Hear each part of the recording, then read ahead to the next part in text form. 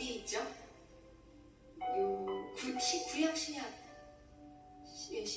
천재적이십니다. 신약에 어디 있죠?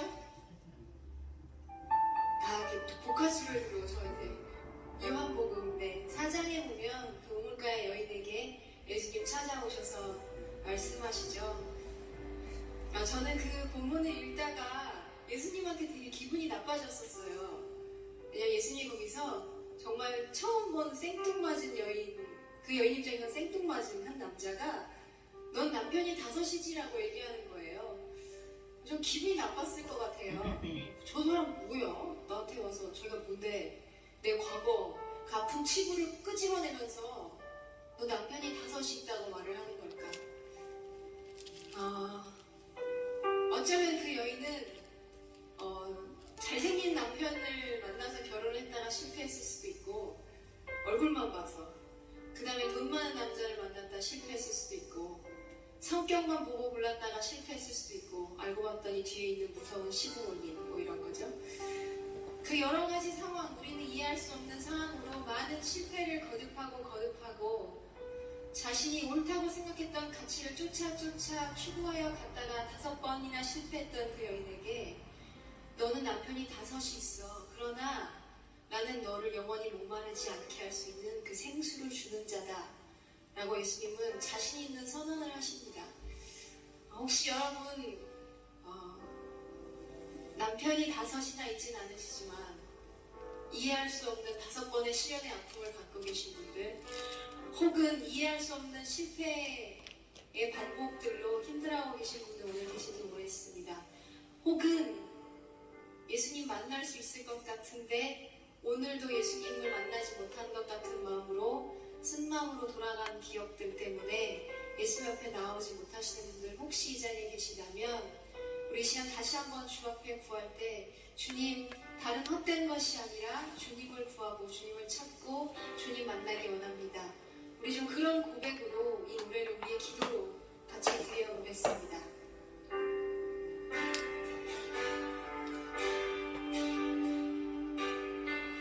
다시 한번 고백할까요? 우물가에 여인처럼 난 구했네.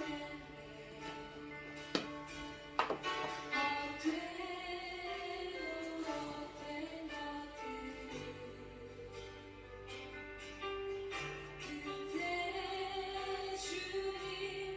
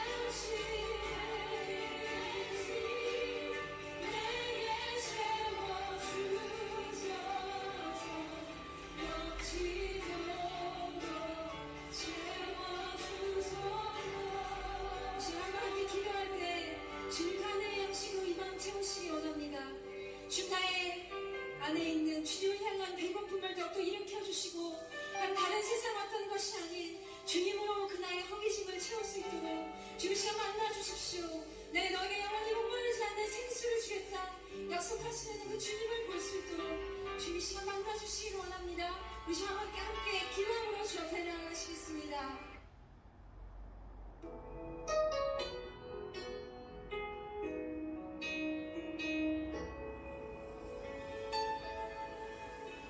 주 사랑이 나를 숨쉬게 해 세상 그 어떤 어려움 속에도 주 은혜로 나를 돌보시며 세상 끝날까지 지켜주시네. 주 사랑이 나를 숨쉬게 해 세상 그 어떤 어려움 속에도 주 은혜로 나를 돌보시며 세상 끝날까지 지켜주시네. 주님만이 내 아픔 아시며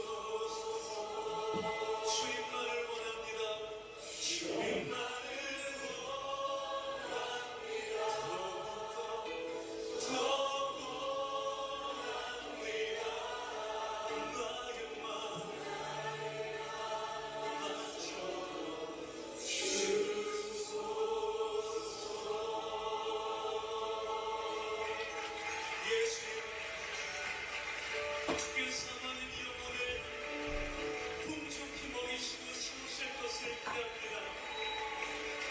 주님 그렇게 하신 주님을 기대하며 찬양합니다. 할렐루야 할렐루야 아멘 할렐루야. 주님을 기대합니다. 주님을 기대합니다. 아멘 할렐루야.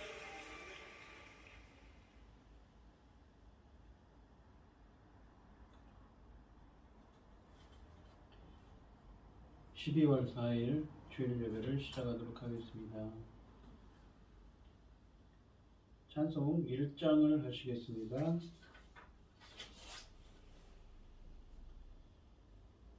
만복의 근원 하나님 온 세상 찬송 드리고 저 천사여 찬송하세 찬송 성부 성자 성령 아멘. 사도신경하심으로 신앙 고백하시겠습니다. 전능하사 천지를 만드신 하나님 아버지를 내가 믿사오며 그 외아들 우리 주 예수 그리스도를 믿사오니 이는 성령으로 잉태하사 동정녀 마리아에게 나시고 본디오 빌라도에게 고난을 받으사 십자가에 못 박혀 죽으시고 장사한 지 사흘 만에 죽은 자 가운데서 다시 살아나시며 하늘에 오르사 전능하신 하나님 우편에 앉아 계시다가 저리로서 산자와 죽은 자를 심판하러 오시리라. 성령을 믿사오며 거룩한 공회와 성도가 서로 교통하는 것과 죄를 사하여 주시는 것과 몸이 다시 사는 것과 영원히 사는 것을 믿사옵나이다. 아멘. 교동문 45번입니다. 교동문 45번입니다. 교독을 제가 먼저 읽겠습니다. 내 영혼아 여호와를 송축하라. 내 속에 있는 것들아 그의 거룩한 이름을 송축하라. 내 영혼아 여호와를 송축하며 그의 모든 은택을 잊지 말지어다. 그가 내 모든 죄악을 사하시며 내 모든 병을 고치시며 내 생명을 파멸해서 속량하시고 인자와 긍휼로 관을 씌우시며 좋은 것으로 내 소원을 만족하게 하사 내 청춘을 독수리같이 새롭게 하시는도다. 여호와는 긍휼이 많으시고 은혜로우시며 노하기를 더디하시고 인자하심이 풍부하시도다. 자주 경택하지 아니하시며 너를 영원히 품지 아니하시리로다. 우리의 죄를 따라 우리를 처벌하지는 아니하시며 우리의 죄악을 따라 우리에게 그대로 갚지는 아니하셨으니 이는 하늘이 땅에서 높은 같이 그를 경외하는 자의 그 인자하심이 크심이로다. 동이 서에서 먼 것 같이 우리의 죄가를 우리에게서 멀리 옮기셨으며 아버지가 자식을 긍휼히 여김 같이 여호와께서는 자기를 경외하는 자를 긍휼히 여기시나니 이는 그가 우리의 체질을 하시며 우리가 단지 먼지뿐임을 기억하심이로다. 아멘. 찬송가 85장을 하시고 고현희 집사님 기도해 주시겠습니다.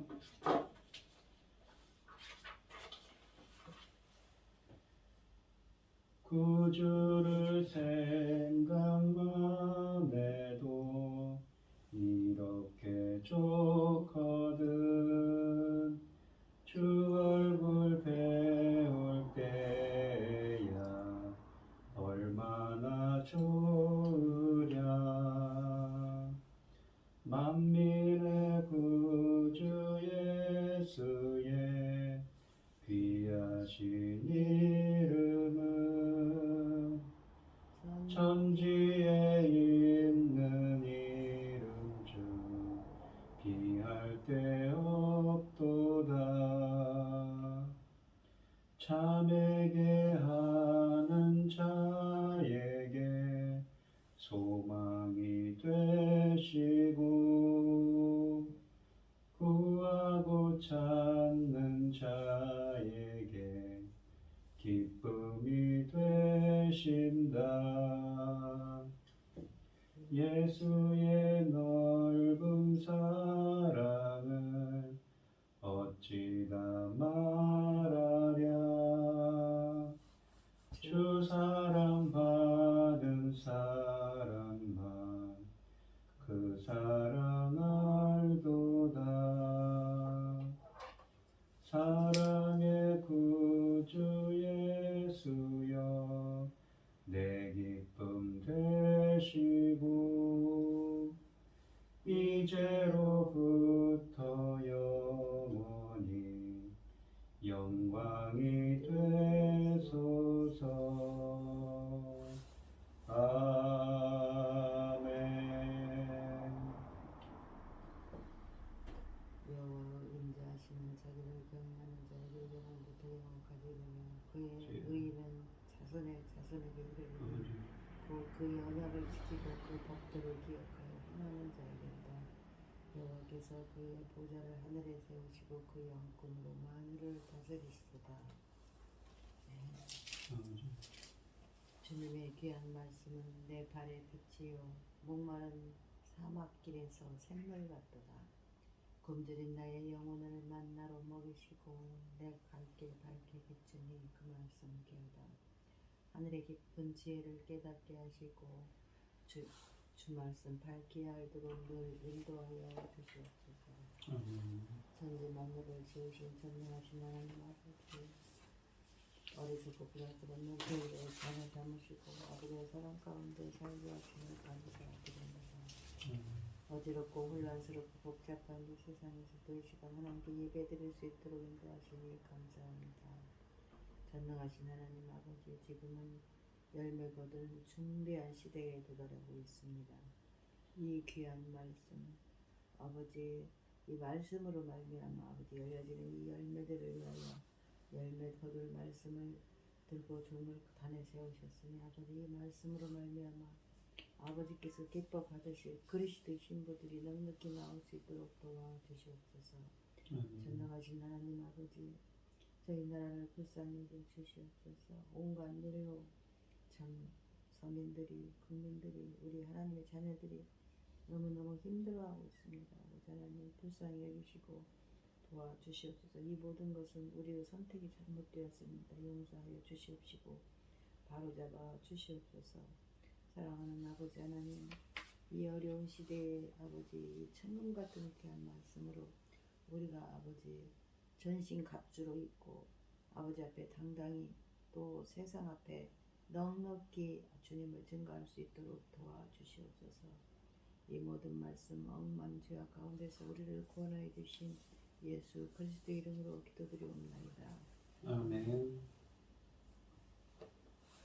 오늘 함께 하실 하나님의 말씀의 제목은 하나님의 말씀은 에베소서 2장 1절로 10절 말씀입니다. 에베소서 2장 1절로 10절입니다. 교독을 하겠습니다. 제가 먼저 읽겠습니다. 그는 허물과 죄로 죽었던 너희를 살리셨도다. 그때 너희는 그 가운데 하나님의 예상 통제를 따르고 공중의 권세자들을 따랐으니 곧 지금 불순종 아들들 가운데 역사하는 영이라.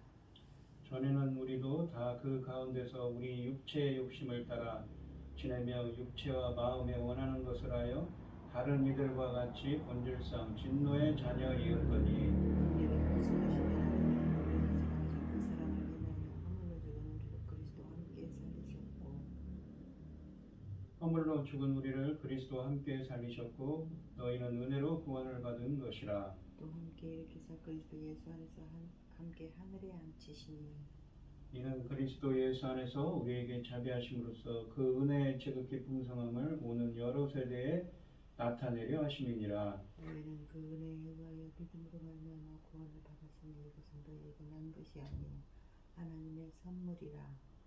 행위에서 난 것이 아니니 이는 누구든지 자랑하지 못하게 함이니라.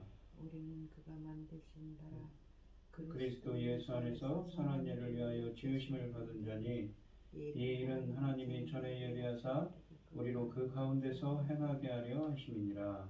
아멘. 찬송가 89장입니다. 샤론의 꽃 예수 나의 마음에 거룩하고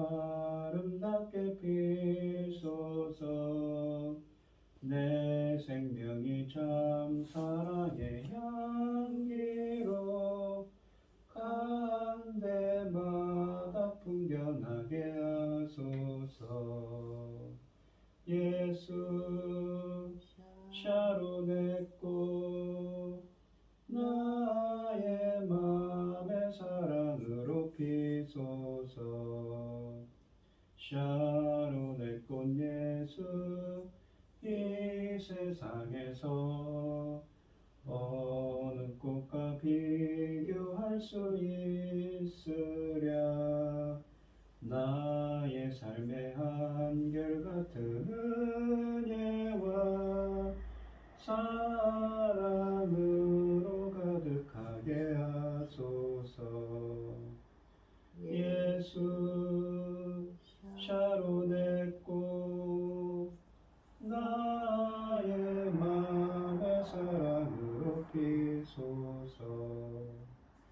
샤론의 꽃 예수 모든 질병은 한이 없는 능력으로 가득해. 고통하며 근심하는 자에게 그 신임과 소망 내려주소서. 예수 샤론의 꽃 나의 맘의 사랑으로 피소서. 샤론의 꽃 예수 길이 피소서. 주의 영광이 땅 위에 가득해. 전하 만민 주님 앞에 엎드려 경배하며 영광 돌릴 때까지. 예수 샤론의 꽃 나의 맘의 사랑으로 피소서. 아멘. 오늘 본문 말씀의 제목은 그러나 하나님이입니다. 이 지난 시간에는 했던 이 앞단락, 그러니까 1장 15절부터 23절에서 에베소 교회 성도들에게 지혜와 계시의 성령을 주셔서 그들의 마음의 눈을 밝혀달라고 하나님께 기도한 이 바울 사도는 오늘 본문에서 인간의 비참함과 그들의 구원에 관해 언급합니다. 사도 바울은 성도의 구원이 사람의 행위가 아니라 오직 인간의 하나님의 은혜로 얻어진 것임을 강조하고 있습니다. 이 에베소서 2장 1절 말씀을 보시면 그는 허물과 죄로 죽었던 너희를 살리셨도다 라고 되어 있습니다. 이 죽었던 이라는 말이 헬라어로 네크로스입니다. 영적으로 죽었다는 것입니다. 그러니까 이 말은 하나님과의 관계 단절을 의미하는 말인데, 우리가 죽음이라고 하면 그냥 사망이라고 하면 어떻습니까? 우리 몸은 영혼이 있고 몸이 있지요. 몸과 영혼이 분리되는 게 육신적인 죽음입니다. 우리 인간들은 언젠가는 그렇게 육신적으로 죽게 되죠. 하지만 이 네크로스라고는 영적으로 죽었다는 개념은 다른 겁니다. 육신적으로는 살아있죠. 살아 숨쉬는 생명이지만 영적으로는 죽었다는 것입니다. 이 하나님과 관계가 단절된 상태, 그러니까 인간의 칼빈이 말하는 인간의 전적 분폐로 하나님과 관계가 완전히 단절된 상태를 뜻하는 말입니다. 또한 허물이라는 말도 있고 죄라는 말도 있는데 모두 어떤 의미입니까? 비슷한 말이지만 죄라는 것은 화살이 관역을 벗어나다, 길을 잃다, 즉 방향성의 문제라는 것이죠. 하나님의 말씀과 그 뜻에서 벗어나는 것입니다. 다른 방향으로 가는 것이지요. 이 살리셨도다 라는 말은 어떻습니까? 이 헬라어 본문에는 없습니다. 하지만 이 헬라어 본문에는 없지만 의역을 해서 지금 집어넣은 것입니다. 우리가 창세기 2장 7절에 보시면 여호와 하나님이 땅의 흙으로 사람을 지으시고, 그러니까 우리의 몸은 흙으로 만드셨죠. 생기를 그 코에, 생명의 기운을 그 코에 불어 넣으셨어요. 나파우라고 하는데 사람이 생명이 된지라 살아 움직이는 생명체가 됐죠. 근데 어떻습니까? 창세기 3장에 가면 우리 인간이 전적 부패함으로 어떻습니까? 하나님과 관계가 단절되죠. 에덴 동산에서 멀어집니다. 두루도는 불칼과 하나님의 그 천사들인 그룹들이 지키고 있어요. 에덴 동산을 들어가지 못하도록. 우리 인간은 거기서 쫓겨나고 하나님과 관계가 단절된 사람들이 됐죠. 존재가 됐죠. 그런데 창세기 6장에 가시면 하나님의 아들들이 땅에 딸들의 아름다움을 보고 그들과 결혼하니까 하나님께서 더 이상 그들에게 하나님의 영이 함께하지 않을 거라고 합니다. 하나님의 영이 함께하지 않는다는 것은 무엇입니까? 바로 이 사도 바울이 이야기하는 육적 인재, 또 아까 말하는 이 1절에 있던 영적으로 죽은 자라는 것입니다. 그래서 우리 인간들은 불어 넣다는 말이 나파어인데 헬라어로는 뭐라고 되어 있냐면 엠프 히사오입니다. 안에 창조하다, 안에 나타나는 거다. 새로운 생명을 나타내는 것이죠.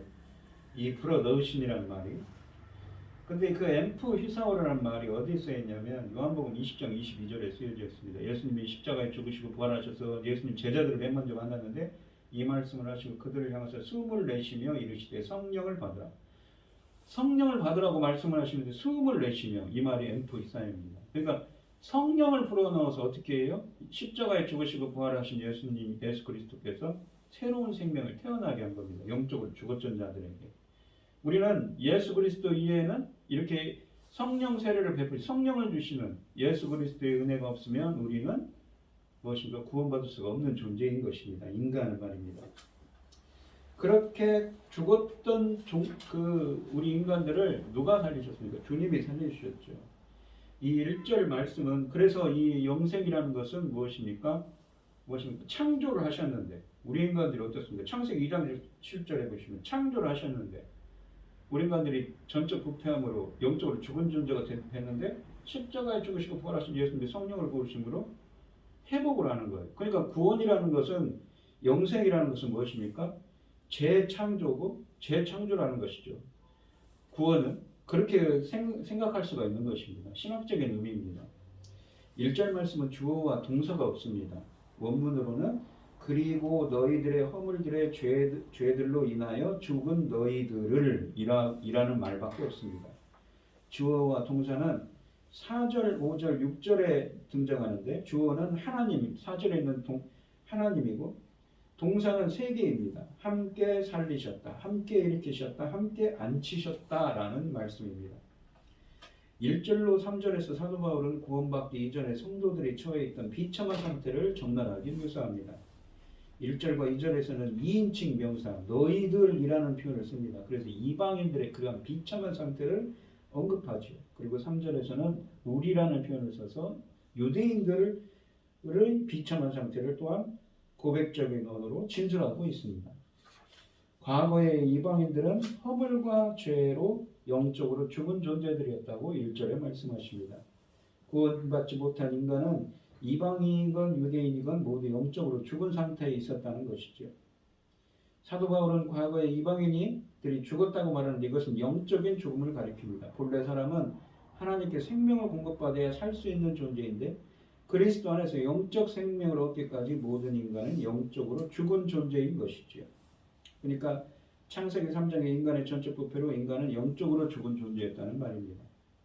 사도는 이방인의 영적 죽음이 허물과 죄와 연관이 있다고 말합니다. 두 단어의 뜻은 세밀히 구분하는 것은 그다지 의미가 없습니다. 두 단어는 여러 곳에서 무엇입니까? 비슷한 말로 쓰여져 있죠.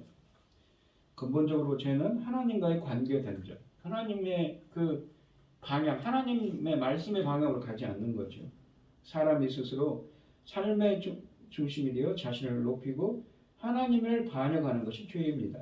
사람은 본래 하나님께 순종하고 하나님을 의존할 때만 영적 생명을 누릴 수 있는 지음받은 존재인데 첫사람 아담이 스스로 하나님과 같이 되고자 하여 하나님을 거역함으로써 하나님과의 관계가 단절되었고 그 결과 죽음이 세상에 들어온 것입니다. 에베소서 본문에서 이방인들이 허물과 죄로 죽었다는 것은 그들이 하나님에게서 분리되었음, 관계 단절을 의미합니다. 그들은 계속해서 죄와 허물을 행함으로써 하나님과 분리되었고 하나님의 생명에서 떠나 있었습니다. 이 창세기 3장에서 아담과 이브는 전적 부패하여 에덴 동산에서 쫓겨나 하나님과 관계가 단절된 존재가 되었습니다. 허물과 죄 두 단어 모두 하나님을 기쁘시게 하지 못하고 마땅히 살아야 할 삶을 살지 못하는 사람들의 무능을 드러내고 있습니다. 2절 말씀을 보시면 그때 너희는 그 가운데 행하여, 그때라는 건 어떻습니까? 이전이라는 것이죠. 허물과 죄로 죽었던 때이죠. 이 세상 풍조를 따르고 공중의 권세 잡은 자를 따랐으니 지금 불순종의 아들들 가운데 역사하는 영이라. 사도 바울은 에베소 성도들이 허물과 죄 때문에 영적으로 죽었을 뿐 아니라 그것들 가운데서 살았다고 말합니다. 행했다고 말합니다. 행하다라는 말이 그 길로 행하다, 살다는 그 길을 걷다, 그 길로 그러한 삶을 살다는 말입니다. 살았다는 의미죠. 한글 성경에서 행하여라고 번역한 동사 페리파테오는 이 문자적으로 걷다라는 뜻입니다. 은유적으로 쓰였을 때 어떠한 생활 방식, 어떤 삶의 방식을 뜻하는 어떤 방향성에 대한 이야기죠. 이 단어는 행하다, 살다를 의미합니다. 페리파테오라는 단어는 10절에도 나오는 단어로 히브리어로는 하라크라는 말입니다. 이 어떤 개인의 어떤 삶의 방향성을 의미하는 말이죠. 그 가운데서 행하여라는 말은 1절에 허물과 죄 가운데서 인생을 살았다는 의미입니다. 현재의 본문에서 이 사도는 이 동사를 사용하여 회심하기 전에 이방인 성도들이 가진 어두운 삶의 방식을 표현하고 있습니다. 과거에 그들은 허물과 죄 가운데 살았습니다. 10절에서 회심한 뒤에는 하나님께서 예비하신 선한 일 가운데서 사는 영광스러운 삶과 극명한 대조를 이루고 있는 것이죠. 이 이방인 성도들의 과거에 이 비참했던 과거의 또 다른 특징은 그들이 세상의 세대를 따라 산 것입니다. 이 본문에는 세상의 풍조라는 말을 썼는데 풍조라는 말이 헬라어로 아이온입니다. 호 아이온, 호 코스모스입니다. 이 말은 2장 7절에도 있지만 1장 21절에도 쓰여져 있습니다. 그러니까 세대를 가리키는 말입니다. 그러니까 1장 21절에는 오는 세대, 이전 세대라는 말을 썼습니다. 그러니까 그 이전 세대죠. 죄와 허물 가운데 있는 세상적인 그러한 세대를 말합니다. 그러니까 이렇게 이해할 때 이 세상의 세대는 1장 21절에서 종말에 오는 세대와 무엇입니까? 대조를 이루며 이 세상은 하나님께서 통치하시는 하늘과 새하늘과 새 땅과도 대조를 이룹니다. 그러므로 1장 21절 말씀처럼 세대 혹은 시대와 세상은 하나님을 인정하지 않는 타락한 인간 사회 전체를 가리킵니다. 이 세상, 이 시대는 하나님과 진리를 대적하여 세속적이고 반도덕적이며 물질적인 가치에 지배를 받고 있는 시대입니다. 에베소 교회의 이방인 성도들이 과거에 이 세상의 세대를 따랐다는 것은 그들이 하나님을 떠나 타락한 세상의 정신과 사고방식과 가치체계에 순응하여 살았다는 것을 뜻합니다. 이방인 성도들의 비극적인 과거의 상황은 그들이 공중의 권세를 잡은 지배자를 따랐다는 표현에서 가장 극적으로 드러납니다. 한글 성경에서 공중의 권세 잡은 자라고 번역한 표현은 문자적으로는 공중의 권세의 지배자라는 말입니다. 하늘과 공중 사이에 의미의 차이가 있다면 공중은 어디입니까? 하늘보다 낮은 인간이 사는 세계와 가까운 영역을 가리키는 말입니다. 바울은 공중이라는 표현을 사용하여 마귀가 인간이 사는 세계에 가까이 거하며 그만큼 쉽게 영향력을 행사한다는 점을 강조하고자 합니다. 본문에서 공중의 권세를 잡은 지배자란 공중에 거주하며 하나님을 대적할 뿐 아니라 타락한 인간 사회 안에서 역사하는 마귀, 사탄을 의미합니다. 지금의 불순종의 아들들 가운데서 역사하는 영이라는 2절 후반부의 표현은 공중의 권세를 잡은 지배자의 정체를 다시 규정합니다. 공중의 권세를 잡은 지배자는 곧 지금 불순종의 아들들 가운데서 역사하는 영입니다. 불순종의 아들들은 하나님께 불순종하는 모든 인간을 가리킵니다. 마귀는 그리스도의 십자가를 통해 결코 회복할 수 없을 정도로 결정타를 맞고 패배하였으며 그리스도께 굴복하였습니다. 그러나 마귀가 완전히 힘을 상실한 것은 아닙니다. 따라서 마귀는 최후 패배의 날이 올 때까지 그 하나님을 대적하며 교회와 그리스도인을 공격합니다. 하나님께 불순종하는 사람들 가운데 역사하면서 그들을 징후로 삼고 죄를 짓게 합니다. 또 마귀는 세상의 모든 악과 잘못과 폭력의 이면에서 역사하고 있다고 요한일서 3장 8절에도 쓰여져 있습니다. 과거에 에베소 교회 성도들은 공중의 권세를 잡은 지배자, 곧 그들 가운데서 역사하는 마귀의 지배 아래 모든 거짓과 악을 행하면서 살았다고 말씀하고 있습니다. 3절 말씀해 보시면 전에는 우리도 다 그 가운데서 우리 육체의 욕심을 따라 지내며 육체와 마음이 원하는 것을 하며 다른 이들과 같이 본질상 진노의 자녀이었더니라고 되어 있습니다. 3절에서 사도는 이 2인칭 명사인 그 2인칭 명사가 아니라 1인칭 우리를 사용합니다. 너희가 아니라 우리를 사용합니다. 이것은 바울을 포함한 유대인 성도들을 가리킵니다. 바울은 우리 모두 역시 그러니까 이방인과 구별된 유대인을 표현하여서 나타내며 율법을 소유한 유대인들이라고 이 이방인들보다 나은 점이 조금도 없었음을 솔직히 시인합니다. 그는 이렇게 말합니다. 이전에 우리 모두 역시 그들 그러니까 불순종의 아들들 가운데서 육체의 마음이 원하는 것들을 행하면서 우리 육체의 욕심대로 살았습니다 라고 말하는 것이죠. 이 본문에서 육체라는 것은 하나님의 영을 떠난 인간의 더러운 본성 전체를 가리킵니다.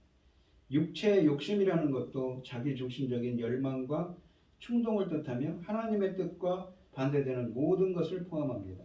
하나님께로 돌아오지 않는 한 하나님의 영이 그 안에 거하지 않는 한 인간은 자아중심적인 욕망에 지배당할 뿐 아니라 육체와 마음이 원하는 것들을 행할 수밖에 없는 것입니다. 우리가 온갖 타락한 그 인간상에 대한 우리 로마서 3장 23절에는 그래서 모든 사람이 죄를 범하였음에 하나님의 영광이 이루지 못하더라 라고 말씀하고 있는 것처럼 말입니다. 이 하나님의 선민이라고 자랑하는 유대인들도 이방인들과 다를 바 없는 죄인입니다. 심지어 사도 바울은 에베소서에서 우리도 다른 이들과 같이 본질상 진노의 자식들이었습니다 라고 말하고 있는 것이지요. 본질상 진노의 자식이라는 표현은 태어나면서부터 하나님의 진노를 받아야 하는 존재들을 가리킵니다. 바울은 이 표현을 사용하여 유대인들이 나면서부터 선조들 특히 아담 때문에 하나님의 진노를 받게 되었다고 말하는 것입니다. 그들은 세상에 태어난 후에도 끊임없이 육체의 욕심대로 살면서 하나님을 거역하였습니다. 다른 이들, 즉 이방인들과 마찬가지로 유대인들도 하나님 앞에서 진노를 받아야 할 죄인들인 것이지요. 인간들은 원래 이 원죄를 갖고 태어난 존재라는 것입니다. 2장 4절에 보시면 긍휼이 풍요로운 하나님이 그러나라는 본문에 보시면 이 접속사인 그러나가 빠졌습니다. 그러나 긍휼이 풍성하신 하나님이 우리를 사랑하신 그 사랑을 인하여 라는 말씀입니다. 1절, 2절, 3절에서 하나님을 떠난 인간의 비참한 현실에 대해서 말한 사도는 4절부터 죄로 죽은 인간을 살리신 하나님의 구원에 관해 말하고 있습니다. 바울이 쓴 1절부터 7절까지의 긴 문장의 주어는 이 4절에 있는 하나님입니다. 처음 3절은 죄로 사로잡히고 사탄의 힘에 억눌려 스스로 구원할 능력도 없는 소망 없는 인간을 제시합니다. 그런데 이어서 나오는 것은 그러나 하나님이라는 간단하지만 영광스러운 단어입니다. 그러나라는 말은 한글 성경에는 없지만 헬라어 원문에 있는 말입니다. 구약 성경에서 긍휼을 의미하는 헤세드는 70인역 성경에서 대개 엘레우스라는 말로 이 오늘 본문에 있는 것처럼 번역되었습니다. 헤세드는 무엇입니까? 언약에 기반한 신실한 사랑, 언약적 충성을 의미하는 말입니다. 그러한 의무가 없는데도 하나님께서 지키시는 하나님의 이 무엇입니까? 신실한 사랑과 그 언약적 충성을 의미하는 것이지요. 이스라엘이 언약에 충실하지 못했을 때 죄의 용서를 하시는 긍휼을 포함하여 하나님의 불변의 언약적 충성과 사랑을 가리킵니다. 4절에서 사도 바울은 그러나 하나님이라는 문구로 비극적 상황에 처해있던 유대인들과 이방인들의 삶에서 일어난 극적인 변화를 명시하고 있습니다. 유대인들과 이방인들이 세상과 마귀에게 종노릇하고 있었음에도 그리고 하나님의 진노를 받아 마땅했음에도 하나님의 긍휼과 사랑이 마침내 그들에게 임하였습니다. 죄와 허물 때문에 영적으로 죽은 데다가 마귀의 세력에 짓눌려 자신을 구원할 능력이 전혀 없는 죄인들을 불쌍히 여기는 하나님의 심정을 가리킵니다. 하나님은 인간의 비참한 모습을 보시고 가슴 아파하시며 눈물을 흘리십니다. 그뿐 아니라 하나님은 사랑이 풍성하셔서 우리를 사랑하신 자기의 많은 사랑 때문에 우리를 구원하셨다고 말씀하시는 것입니다. 하나님께서 누군가 사랑했다는 것은 그 사람을 말라기 1장 1절로 3절에 있는 것처럼 누군가를 선택했다, 예정했다는 의미입니다. 자비와 긍휼을 뜻하는 말이기도 하죠. 그는 동사 사랑하다와 더불어 사랑이라는 명사를 많은, 큰, 깊은이라는 뜻을 형용사를 통해서 이 사랑의 위대함을 강조하고 있습니다. 5절 말씀을 보시면 허물로 죽은 우리를 그리스도와 함께 살리셨고 너희는 은혜로 구원을 받은 것이라. 여기서 죽은이라는 말도 1절에 있는 것처럼 네크로스, 영적으로 죽은입니다. 그리고 함께 살리셨고 라는 말은 한 단어인데 이 단어를 쉰 조포에 이용하고 해서 이 분석을 하면, 분해를 하면 쉰, 함께 연합을 뜻하는 접두어와 조에, 생명이라는 말과 포이에오라는 말의 합성어입니다. 포이에오라는 말은 포이에마, 좀 이따 설명드릴 포이에마라는 말에서 유래한 창조하다는 말입니다. 우리가 창세기 1장 1절에 창조하다는 말을 바라라는 말이 나오는데 히브리어로 그 말이 70인역 성경에서는 포이에오라는 말로 번역을 했습니다. 이 말은 하다, 행하다, 만들다라는 의미입니다. 그러니까 이 허물로 영적으로 죽은 우리를 영적으로 살아나게 하셨다는 것, 함께 그리스도와 함께 살아나게 구원하셨다는 것이, 그것이 뭐니까 새로운 생명을 창조하신 것입니다. 재창조를 의미하는 것이죠.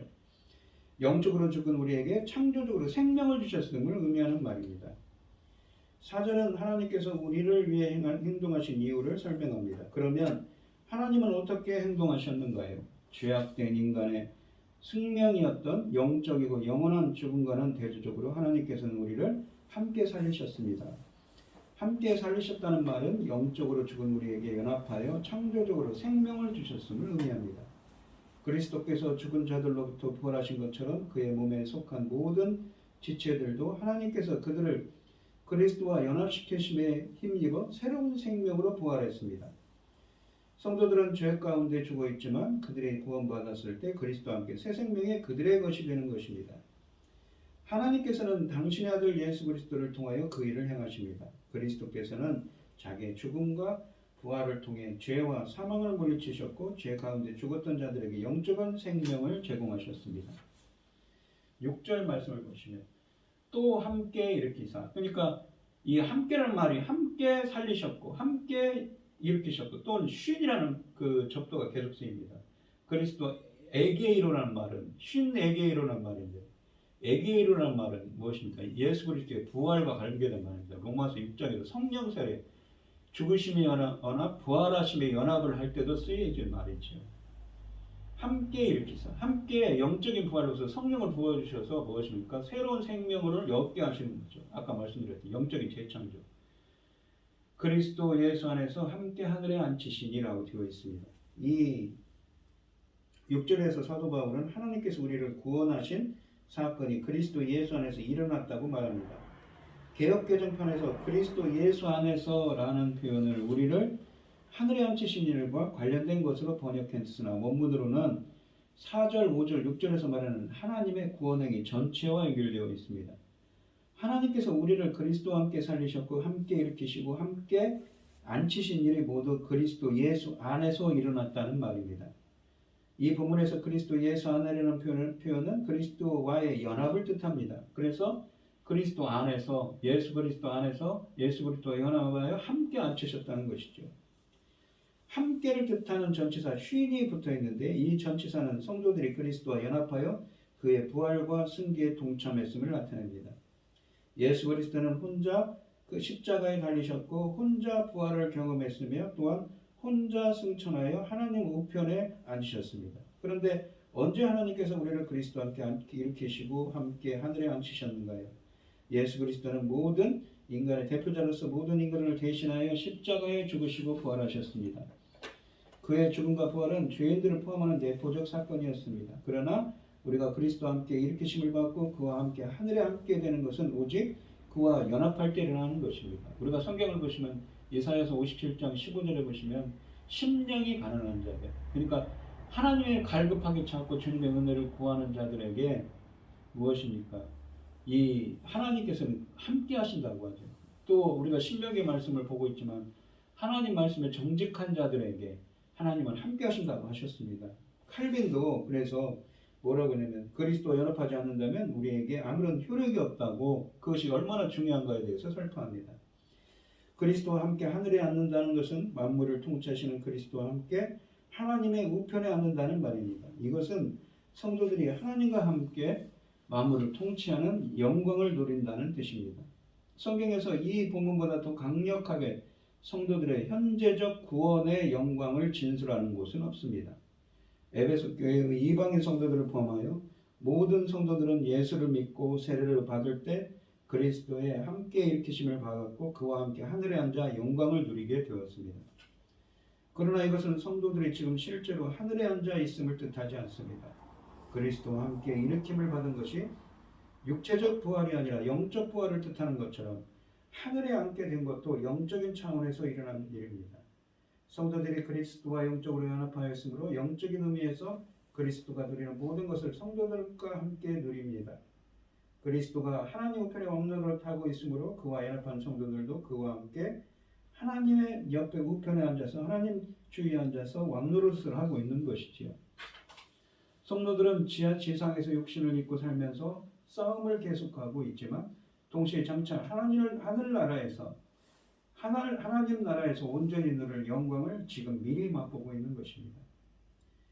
4절, 5절, 6절에서 사도는 하나님을 주어로 분명히 명기함으로써 우리를 그리스도와 함께 하늘에 앉히신 분이 하나님이라는 것을 분명히 밝히고 있습니다. 2장 7절 말씀을 보시면 이는 그리스도 안에서 우리에게 자비하심으로써 그 은혜의 지극히 풍성함을 오는 여러 세대에 나타내려 하십니다. 아까 2절 말씀해 보시면 세상 풍조라는 말, 그 세대 아이온이라는 말을 쓰는데 여기서 또 오는 세대, 오는 여러 세대, 1장 21절에 쓰여진 오는 여러 세대라는 것이죠. 예수 그리스도를 통하여 오는 여러 세대인 것이죠. 그 시대, 새로운 시대를 뜻하는 말입니다. 구원받은 성도들은 하나님 그리스도의 부활에 참여하고 그리스도와 함께 하늘에 앉아 영광을 누립니다. 이것은 얼마나 경이로운 일인가요? 이 경이로운 구원은 전적으로 하나님의 은혜로 얻은 것입니다. 사도 바울은 7절, 8절, 9절에서 이 점을 역설하고 있습니다. 7절에서 사도는 허물과 죄로 죽은 우리를 하나님께서 구원하신 목적을 밝히는데 그것은 우리에게 베푸신 풍성한 은혜를 오는 시대에 입증하기 위한 것이라고 합니다. 핵심 단어는 은혜입니다. 그의 은혜의 지극히 풍성함이라는 어구로 하나님의 은혜를 묘사합니다. 하나님의 은혜의 엄청난 풍성함은 그리스도 예수 안에서 우리를 향한 그의 인자하심에서 나타납니다. 하나님은 진노하시고 심판하시는 무서운 분이시기도 하지만 우리에게 인자하시며 은혜가 풍성하신 분이십니다. 이 휘페르 발로라는 말이 이 본문에 쓰여져 있는데 이 말의 분사형이 이 말은 초월하다, 탁월하다는 말을 썼습니다. 그래서 이 단어와 함께 풍성함, 부유함이라는 뜻을 단어 플루토스라는 말을 사용해서 하나님의 은혜가 얼마나 지극히 풍성한가를 강조하고 있습니다. 은혜라는 것은 값비싼 것입니다. 은혜가 값비싼 이유는 무엇보다도 하나님이 자신의 아들을 대가로 세운 하나님의 희생 때문입니다. 하나님 편에서 볼 때 은혜라는 것은 구원받을 자격이 전혀 없는 사람들에게 베푼 자기 희생적 사랑입니다. 아무 자격이 없는 자들을 구원하시려고 하나님께서 자기 아들을 십자가에 달리시도록 아끼지 않고 내어주는 엄청난 희생을 치르셨는데 이것이 바로 은혜인 것이지요. 이처럼 놀라운 하나님의 은혜를 오는 세대들에 입증하는 것이 바로 하나님께서 우리를 그리스도와 함께 살리시고 그와 함께 하늘에 앉는 특권을 주신 목적이라고 본문에서 말씀하시고 있는 것이죠. 참고로 나타내려라고 번역된 동사는 엔데임이라는 말입니다. 이 말은 보이다, 행동으로 증명하다는 말인데 로마서 3장 25절에 보시면 엔데입시스라는 말이 쓰여져 있습니다. 이 말은 이 엔데임에서 유래한 말이지요. 명사형인 것이지요. 하나님은 당신의 은혜로운 인자하심을 오는 세대에 보여주기를 원하십니다. 아까도 말씀드렸듯이 세대라는 말은 시대, 세대를 뜻하는 말입니다. 아이온. 2장 2절에 세상 풍조라고 세상 풍조라는 말과 똑같은 아이온을 썼었는데 거기에 2장 2절과는 세상의 세대와는 반대되는 세대인 것이죠. 오는 세대, 오는 하나님의 은혜가 풍성한 오는 세대입니다. 그 말씀과 대조가 됩니다. 하나님께서 당신의 은혜를 보여주는 대상인 오는 세대라는 것은 현재의 세대와 앞으로 계속 이어지는 미래의 세대를 모두 포함합니다. 하나님께서는 바울 당시의 세대와 미래의 세대의 영광스러운 구원을 얻은 사람들과 그들의 공동체인 교회를 통해 당신의 은혜가 엄청나게 풍성할 것을 보여주기를 원하셨던 것입니다. 8절에 보시면 너는 그 은혜에 의하여 믿음으로 말미암아 구원을 받았으니 이것은 너에게서 난 것이 아니요 하나님의 선물이라. 8절에서 사도는 에베소 교회 성도들이 하나님의 은혜로 구원받았음을 다시 한번 언급합니다. 여기서 유대인 성도들과 이방인 성도들을 모두 지칭하는 1인칭 우리라는 말에서 4절, 5절, 6절, 7절에서는 우리라는 말을 썼는데 이 에베소 교회 이방인 성도들만을 가리키는 너희라는 말을 주어로 바뀝니다. 유대인 성도들뿐 아니라 에베소 성도들도 이방인 성도들도 모두 하나님의 은혜로 구원을 받은 것이라는 것이죠.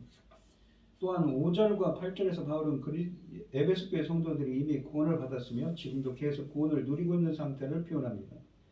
에베소서에서 바울은 구원의 현재적 차원을 강조합니다. 성도들은 그리스도 안에서 실현된 구원을 누립니다. 5절 말씀에서 그리스도와 함께 살리셔서라는 말이 쓰였는데 원문으로는 쉰조포에요 함께 재창조하신 것입니다. 이 단어는 로마서 8장 11절에도 쓰였고 또 로마서 8장 15절에는 하나님의 그러한 자들이 이러한 새로운 생명을 얻은 자들이 재창조돼서 새로운 생명을 얻은 자들이 로마서 8장 15절에서는 하나님의 아들들이 되고 8장 21절에서는 하나님의 자녀들이 영광의 자유를 체험하며 23절에서는 몸의 구속이 완전히 이루어져서 로마서 8장 29절에는 하나님의 형상을 회복하게 됩니다. 구원의 완성입니다. 바로 7절에 나오는 오는 여러 세대에 이루어지고 있고 이루어질 일들을 이룬 것이지요. 이 본문에서 바울은 에베소 성도들의 구원이 그 은혜로 그리고 믿음으로 말미암은 것이라고 말합니다. 그래서 우리 인간들에게서 난 것이 아니라 바로 하나님의 선물이라는 것이죠. 하나님의 은혜는 우리를 향한 하나님의 자기희생적 사랑이며 감히 우리가 기대하거나 요구조차 할 수 없는 것입니다. 믿음이라는 것도 무엇입니까? 바로 성령의 조명으로 일어나는 믿음이라는 우리가 믿어서 되는 것이 아니라 전적으로 주님이 역사해 주셔야만 우리가 믿게 되는 것입니다. 그래서 구원은 전적으로 하나님께서 이루신 것이라는 것이지요. 구원과 관련하여 사람은 전적으로 무능하며 이 8절 후반부에서 사도는 이 점을 명백히 밝히고 있는 것입니다. 그래서 선물이라는 표현을 쓰는 것이죠. 9절에서 보시면 행위에서 난 것이 아니니 이는 누구든지 자랑하지 못하게 함이니라. 구원은 결코 사랑의 행위에서 날 수 없습니다. 따라서 그 누구도 자신이 받은 구원에 대해 자랑할 수 없습니다. 에베소 교회 성도들도 마찬가지였던 것이지요. 그들은 그리스도와 함께 살고 그리스도와 함께 일으키심을 받고 그리스도와 함께 하늘에 앉게 되었습니다. 이 모든 것은 전적으로 하나님께서 이루신 것입니다. 그들이 한 일은 아무것도 없지요. 단지 믿음으로 하나님께서 이루신 구원을 받아들였을 뿐입니다. 그러므로 그들도 자신이 받은 구원에 대해 자랑할 수도 없고 자랑해서도 안 되는 것입니다. 10절 말씀을 보시면 우리는 그가 만드신 바라 그리스도 예수 안에서 선한 일을 위하여 지으심을 받은 자입니다. 만드신 바, 다 창조를 의미하는 단어입니다. 아까도 말씀드렸지만 구원은 창조라고 재창조라고 말씀드렸죠. 새 생명을 얻는 것이 이 창세기 2장 7절과 요한복음 20장 22절 말씀을 예를 들어서 설명했습니다. 이 일은 하나님이 전에 예비하사 우리로 그 가운데서 행하게 하려 하심이라 라고 되어 있습니다. 만드신 바라는 말은 이 헬라어로 포이에마인데 이 포이에오 창조하다는 말이 포이에마에서 유래한 말입니다. 이 말은 피조물, 작품을 뜻한 말입니다. 걸작품이라는 뜻이죠. 우리는 그가 그의 걸작품이라는 것입니다. 그리고 또한 이 선한 일이라고 되어 있는 이 본문에 보면 이 일은 그리고 그 가운데서라고 되어 있는데 모두 무엇입니까? 이 일이 무엇입니까? 앞에 있는 선한 일이죠. 선하다는 것은 무엇입니까? 이 선한 일을 위하여라는 말은 목적, 목표 혹은 결과를 의미하는 것으로 이해되어야 합니다. 선하다는 것은 무엇입니까? 우리가 천지창조를 하실 때 하나님이 좋았더라 7번 반복하시는데 거기에 보시면 좋았더라라는 말이 토부입니다. 이 말이 선을 뜻하는 거죠. 기뻐하셨다는 것입니다. 선한 일이라는 것은 하나님이 기뻐하시는 일을 위하여 창조되었다는 말입니다. 그래서 선한 일은 하나님과 인간 사이의 새로운 관계에 대한 근원이 아니라 목표라는 것이죠. 구원은 행위에 의한 것이 아니라 선한 일을 위한 것이라는 것입니다. 하나님이 기뻐하시는 뜻을 위해서 재창조되었다는 것입니다. 창조의 원래 뜻이죠. 하나님 한 분에게만 영예를 돌리기 위해 순종하는 삶을 살도록 지으심을 받은 존재라는 것입니다. 그리스도 예수 안에서 선한 일을 위하여라고 번역하였는데 이것은 오해의 소지가 있죠. 그래서 바르게 번역하면 선한 일을 위하여 그리스도 예수 안에서 하나님의 만드신 바라고 번역하는 것이 옳습니다. 또한 지으심이라는 말도 크티조라고 해서 무엇인가 수동태를 썼는데 창조되다, 만들어지다는 말입니다. 또한 행하게라는 말은 아까 쓰였듯이 페리파티오, 2절에 쓰였는데 페리파티오, 인생의 길을 걸어가다, 어떤 방향성에 대한 이야기라고 했죠. 히브리어의 하라크라는 말과 이 의미가 같습니다. 어떤 삶의 방식, 방향성을 의미하는 말입니다. 이 페리파티오가 이 2장 2절에서는 그때에는, 그러니까 죄와 허물과 죄 가운데서 행하던 자들이죠. 이 사용되었는데 큰 대조가 되는 거죠. 이 본문과. 그러니까 그 2장 2절에서는 허물과 죄 가운데서 인생의 길을 걸어갔는데 여기서 뭐예요? 그리스도 예수 안에서 선한 일을 행하게 하기 위해서 하나님이 기뻐하시는 이하를 지으심을 받은 바니 이는 그 가운데서 뭐예요? 그 선한 일, 하나님이 기뻐하시는 일 가운데서 인생의 길을 행하도록 하려고 구원하셨다는 것입니다. 허물과 죄 가운데서 살았던 자들이 이제 선한 일을 가운데서 행하도록, 하나님이 기뻐하시는 일을 행하도록 새로운 피조물로 창조되었다는 말입니다.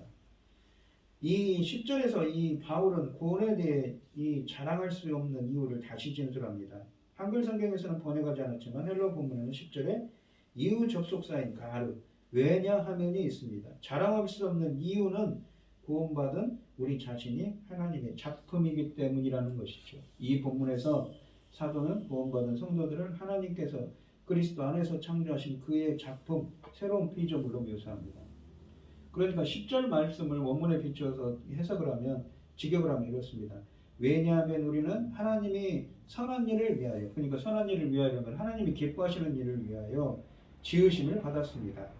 이 하나님이 기뻐하시는 것은 이미 예정된 것이고, 우리도 그 하나님이 기뻐하시는 그 선한 일을 위하여 그 인생의 길로 행하게 하라는 것입니다. 하나님이 기뻐하시는 뜻대로 행하게 하기 위해서 우리를 창조했다는 것입니다. 구원했다는 것이죠. 우주 만물은 하나님께서 지혜와 능력으로 만드신 포에아마 작품입니다. 그래서 사도는 하나님의 영원하신 능력과 신성이 그의 작품인 만물에 분명히 보여 알게 된다고 또한 말합니다. 에베소서 본문에서 이 단어는 하나님께서 그리스도 안에서 구원하신 성도들을 가리킵니다. 물론 1차적으로 성도 개개인이 하나님의 작품입니다. 걸작품인 것이죠. 창조물인 것이죠. 피조물인 것입니다. 하나님께서 죄와 허물로 죽은 사람을 다시 살려서 새 사람, 곧 하나님 그리스도와 함께 하늘에 앉은 영광스러운 존재로 만드셨다는, 재창조하셨다는 말입니다. 이 본문에서 사도 바울은 우리라는 복수형을 사용합니다. 우리라는 것은 유대인과 이방인 성도들을 모두 가리키는 말이죠.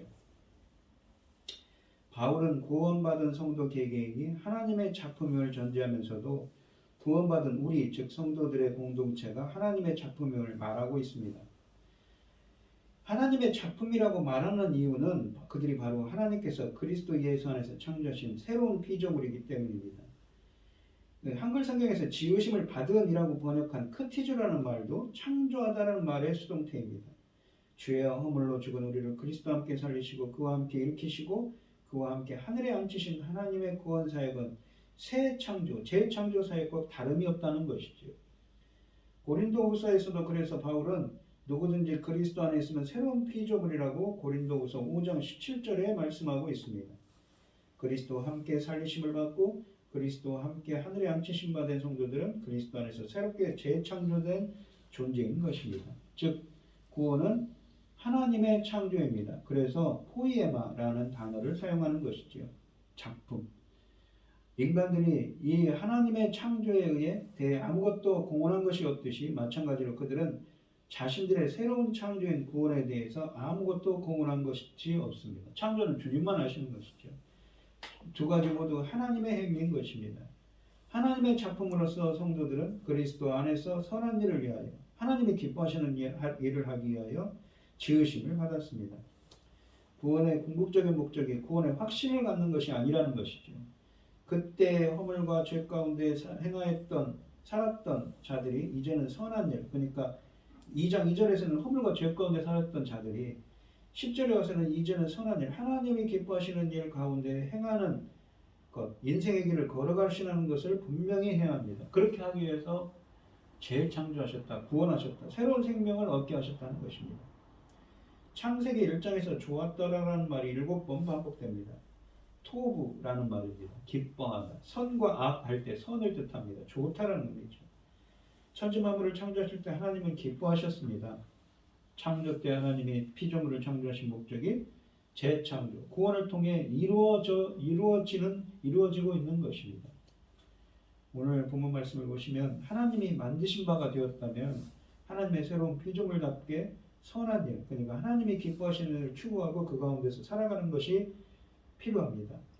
구원의 확신이 있다면 이제 천국 티켓을 확보했으니 세상 속에서 적당히 살아도 된다는 식의 믿음이 있습니다. 이것은 그때 우리가 추구하고 살아서 우리가 죽은 상태로 만들던 것으로 되돌아오는 것이며 구원의 궁극적인 목적인 하나님이 기뻐하시는 일, 선한 일을 추구하게 하시는 하나님의 뜻을 저버리는 것입니다. 우리는 예수 그리스도 안에서 주어진 구원의 확실성만을 너무 강조함으로써 구원이 삶의 다양한 영역 속에서 어떻게 선하게 나타나야 하는지를 관과하면 안 되는 것이죠. 그래서 성도는 과거의 공중 권세 잡은 자 안에서 행하던 죄와 허물로 돌아가지 않도록 항상 자신을 조심해야 합니다. 그리고 무엇보다 이 놀라운 구원을 우리의 구체적인 삶 속에서 하나님이 기뻐하시는 삶이 되도록 해야 할 것입니다. 또한 하나님의 작품인 성도들이 행해야 할 선한 일들은 하나님께서 미리 예비하셨다고 7절에 말씀하십니다. 영원 전부터 하나님은 세상에서 영적이며 육신적으로 윤리적으로 이 책임있게 살아갈 만한 거룩한 백성들을 창조하시도록 의도하셨다는, 예정하셨다는 것입니다. 세상에 기초를 놓으시기도 전에 예수 그리스도 안에서 구원을 계획하신 것처럼 하나님께서는 성도들이 다른 사람들에게 선을 행하도록 계획하셨습니다. 오늘 본문 말씀을 보시면 참 깊은 말씀들을 하고 있습니다. 우리 인간들은 하나님께서 왜 창조를 하셨는가?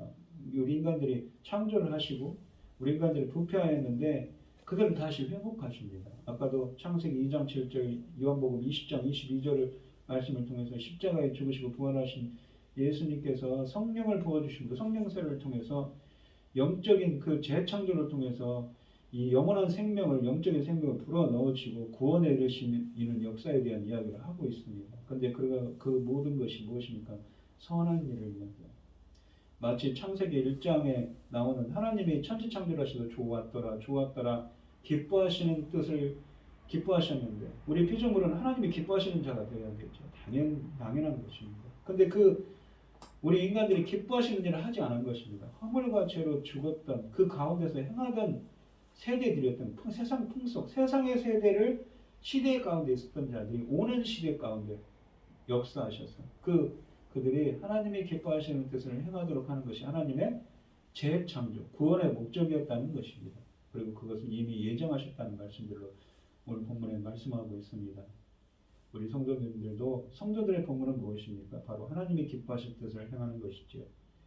정말 본질적으로 재창조되어서 우리들도 이렇게 하나님의 기뻐하시는 뜻을 행하는 여러분들이 되시기를 축원드리겠습니다. 기도하겠습니다. 하나님께서는 우리 인간들의 허물과 죄로 죽었던 우리 인간들을 그러나 하나님께서 우리들을 살리시고 구원하셨습니다. 그 큰 사랑은 이루 말할 수가 없지요. 그 큰 구원이 하나님께서 재창조하신 것이 바로 무엇입니까? 창조 때 하셨던 바로 하나님이 기뻐하신 뜻대로 행하기를 원하시기 때문에 우리 인간들이 하나님께서는 재창조하시고 구원하셨다고 말씀하십니다. 바로 창조 때 행하셨던 그 뜻을 다시 회복하기 위한 것입니다.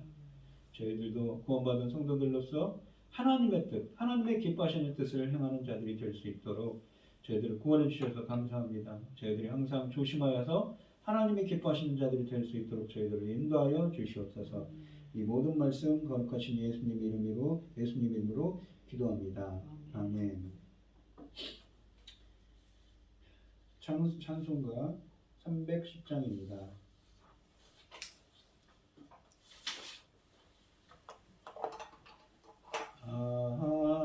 하나님의 은혜로 있을 데 없는 자 왜 구속하여 주는지 난 알 수 없도다.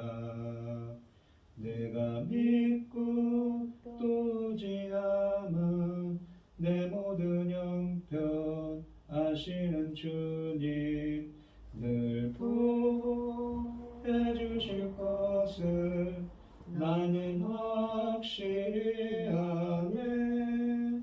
왜 내게 굳센 믿음과 또 복음 주셔서 내 마음이 항상 편한지 난 알 수 없도다. 내가 믿고 또 의지함은 내 모든 형편 아시는 주님 늘 보호해 주실 것을 나는 확실히 아네. 왜 내게 성령 주셔서 내 마음 감동해 주 예수 믿게 하는지 난 알 수 없도다. 내가 믿고 또 의지함은 내 모든 형편 아시는 주님 늘 보호해 주실 것을 나는 확실히 아네. 주 언제 강림하실지 혹밤에 혹낮에 또 주님 만날 그것도 난 알 수 없도다. 내가 믿고 또 의지함은 내 모든 형편 아시는 주님 늘 보호해 주실 것을 나는 확실히 아네. 아멘. 기도하겠습니다. 참 감사하신 하나님, 오늘도 주님 전에 불러 모아 주시고 함께 예배 드리게 해 주셔서 감사를 드립니다. 이 시간 하나님께서 주신 많은 은혜와 사랑에 감사드리며 주님께 귀한 예물을 드리는 손길들이 있습니다. 드려지는 손길마다 주님께서 기억해 주시고 이 간과 기도에 귀 기울여 주시고 응답하여 주셔서 주님의 기뻐하시는 뜻을 행할 수 있도록 저희들을 인도하여 주시옵소서. 기뻐가 흠행하여 주실 줄 믿사오며 이 모든 말씀 거룩하신 예수 그리스도 이름으로 기도드리옵나이다. 아멘. 찬송가 5장을 하시고 축도하심으로 오늘의 예배를 마치겠습니다. 이 천지가 만물들아 복 주시는 주 여호와 전능성부 성자 성령 찬송하고 찬송하세. 아멘. 이제는 주 예수 그리스도의 은혜와 하나님의 극진하신 사랑과 성령의 교통하심이 하나님이 기뻐하시는 일을 행하기를 원하는 성도들 머리머리 위에 이제로부터 영원히 함께 있을지어다. 아멘.